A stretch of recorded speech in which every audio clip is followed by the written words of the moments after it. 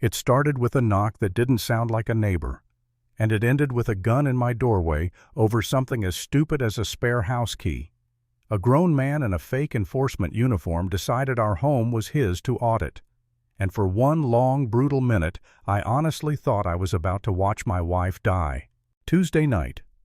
Tracy and I were halfway through dinner, pot roast quiet TV in the background, the boring kind of peace you pay HOA dues for and assume you've earned. Then the pounding hit the front door. Not a polite tap, not even an annoyed knock. It was that heavy, rhythmic slam, like someone was trying to break the frame loose. My fork clinked against the plate because my hand just let go.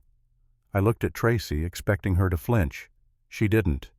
She set her napkin down slowly like she'd heard that sound somewhere else in her life, and her body already knew what it meant.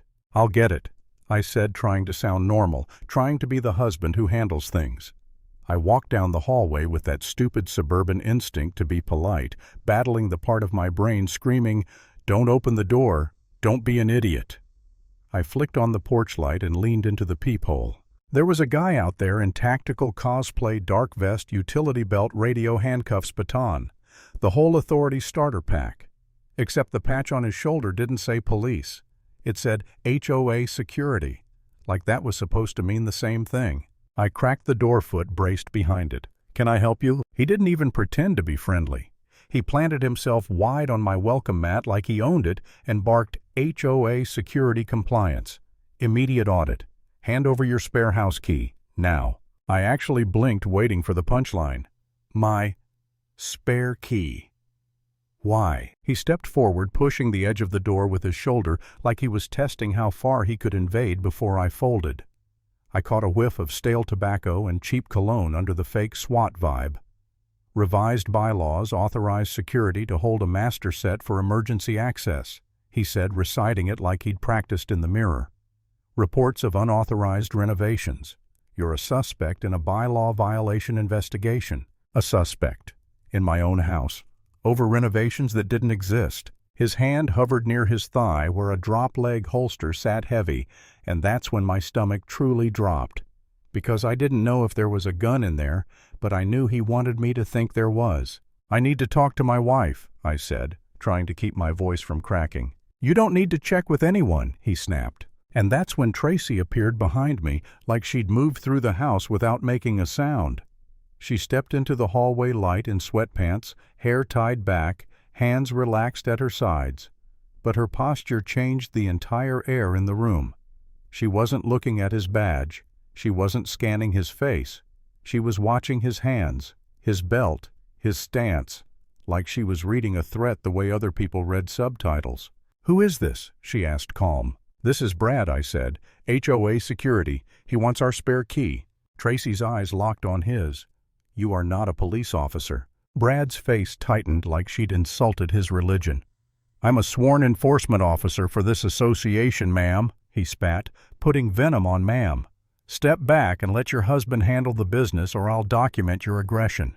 The way he said it, like he was daring her, like he needed her to act crazy so he could justify whatever he wanted next, made heat crawl up my neck. Tracy didn't raise her voice. She didn't posture. She just lowered her chin slightly and said, "You're trespassing.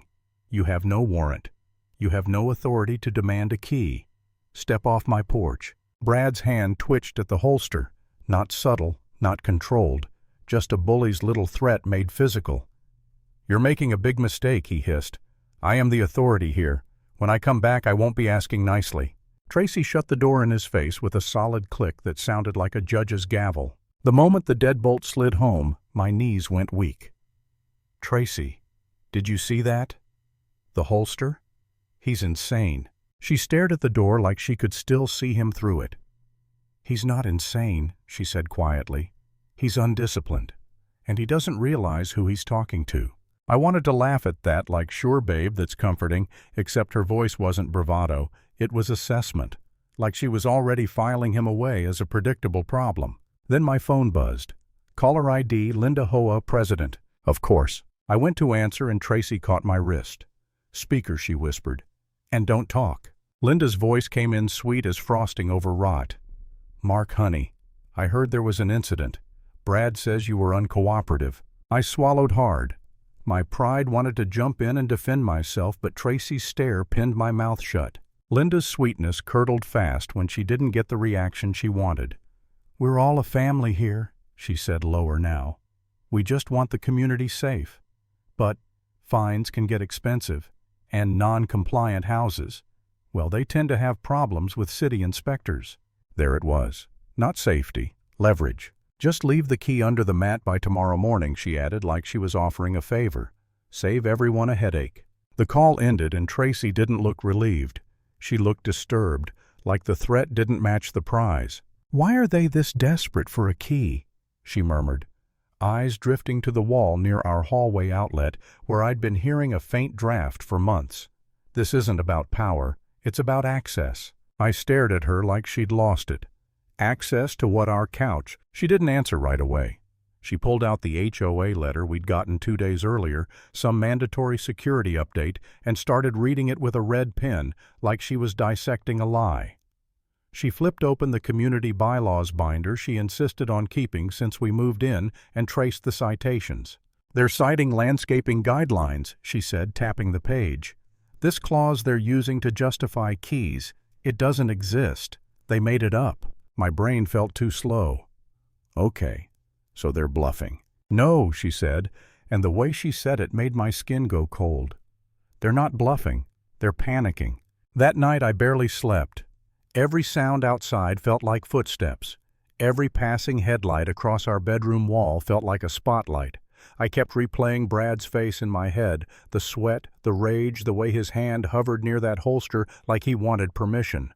And somewhere around 2 a.m., while I was lying there staring at the ceiling fan, I finally admitted something that made me hate myself. I didn't feel like the protector. I felt like the liability. Like if it was just me in this house, I would have handed over the key just to make the threat go away. I even wondered for a sick second if I was the problem, if I was overreacting, if maybe we should just comply like everyone else. I looked at Tracy in the dark, listening to her steady breathing, and I thought, what kind of husband am I if my wife is the one bracing for war while I'm shaking over a spare key? The next morning, Brad escalated. Bright patrol-style lights aimed at our windows. Orange citations slapped across our entryway like we were a crime scene. And when I opened the door just enough to peel them off, he stood on the sidewalk performing for our neighbor's voice loud and smug. "It's a shame when residents refuse to follow the rules," he announced to Mrs. Higgins, like he was hosting a neighborhood news segment. Then he turned his grin at me. "Some men are too busy hiding behind their wife's skirt to answer the door like a man." That hit me right in the place he wanted it to. Shame, ego, the need to prove something. I slammed the door, heart pounding, and I wanted to storm outside to shove him off our property to reclaim my dignity with my hands. But when I turned into the kitchen, Tracy was sitting at the table polishing a small bronze military coin with a cloth calm as sunrise. She looked up once. "Anger makes you sloppy," she said. "He's angry. He's sloppy." She showed me what she'd found Brad's history, the kind of guy who applied to be a real cop and got rejected. Dropped out. Failed evaluations. Never made the cut. So he bought a costume and found an HOA board that would let him play pretend. And then at noon, the final notice arrived, an official-looking threat saying the HOA was authorized to use necessary force to gain entry by 6 p.m. 6 p.m. I stood in the hallway staring at the paper and my mouth went dry. "They're really going to do it," I whispered. "They're coming back." Tracy folded the letter neatly and placed it on the table like it belonged in evidence. "They want us to open the door," she said. "They want submission, and they want access before someone else looks inside these walls." Then she changed. Not dramatically, no movie montage, just practical. Boots, tough pants, no loose fabric, hair tied back tight. She handed me a job stand behind the coat rack with my phone record. Everything don't stop, don't jump in. I hated that. Every instinct in me screamed to protect her. But she looked me dead in the eyes and said, "If you jump in, it becomes a brawl. If you film it, becomes a case." The afternoon dragged like a countdown to a car crash. Every minute felt heavier. At 5:59, an engine roared into our driveway, Brad's SUV sliding in at an angle like he was blocking an escape route. He stepped out with his hand already resting on his holster. No clipboard this time, no fake professionalism, just a man arriving to win. The pounding came again, one violent slam that rattled the frame. "Time's up," Brad bellowed. "Open the door, or I'm authorizing forced entry." Tracy looked at me and gave one sharp nod. The deadbolt clicked. The door opened, and Brad filled the doorway like a wall sweat on his temples, sunglasses reflecting our porch light, chest heaving like he'd worked himself into a rage on purpose. His eyes searched for fear, for weakness, for me handing over a key with shaking hands. Instead, he got Tracy standing square in the frame, calm, blocking his view inside. "I'm not asking anymore," he screamed. "You're in violation of a federal housing mandate. Step aside, or you will be placed under arrest for obstruction." It was such a ridiculous lie it almost didn't register. Except the danger wasn't the words. It was the way his body leaned forward, the way humiliation sharpened into something darker. "You have no authority," Tracy said, quiet enough that he had to hear her.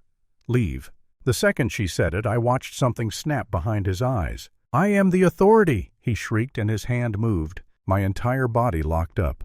I saw his fingers yank at the retention strap. I saw the black grip clear the holster. "He's got a gun," I shouted, voice shredding. Brad thrust it forward, one-handed, shaky, sloppy, and pointed it at Tracy's head like he wanted to feel powerful more than he wanted to be safe. "Get on the ground!" he screamed.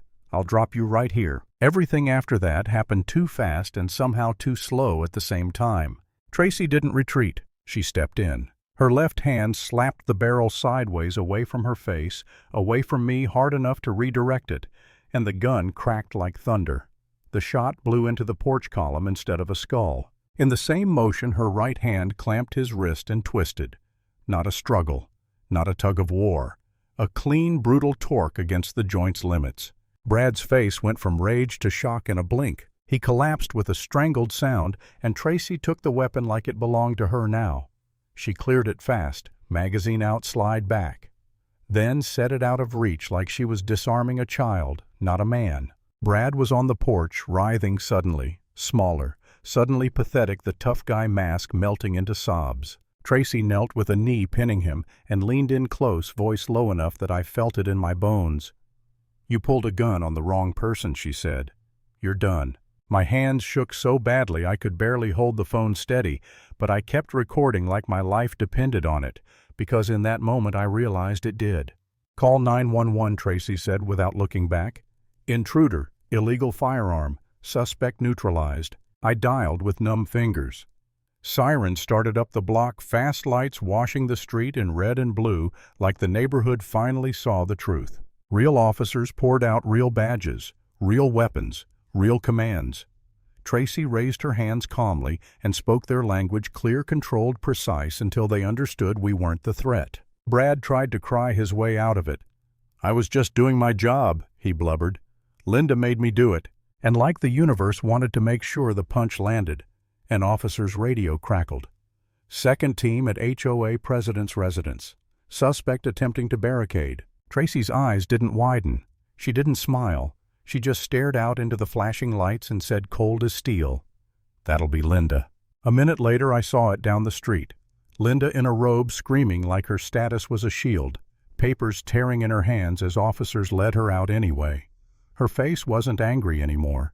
It was terrified, like she finally understood that all her bylaws and threats were just paper, and paper burns. I stood there in my own doorway, phone still recording, heart hammering, staring at my wife like I'd married a calm, smiling stranger who turned out to be a storm with perfect control. Brad sobbed into the porch boards. Linda's voice broke into panic in the distance, and everything they built on intimidation collapsed right in front of my eyes. Lesson authority only works until someone refuses to kneel.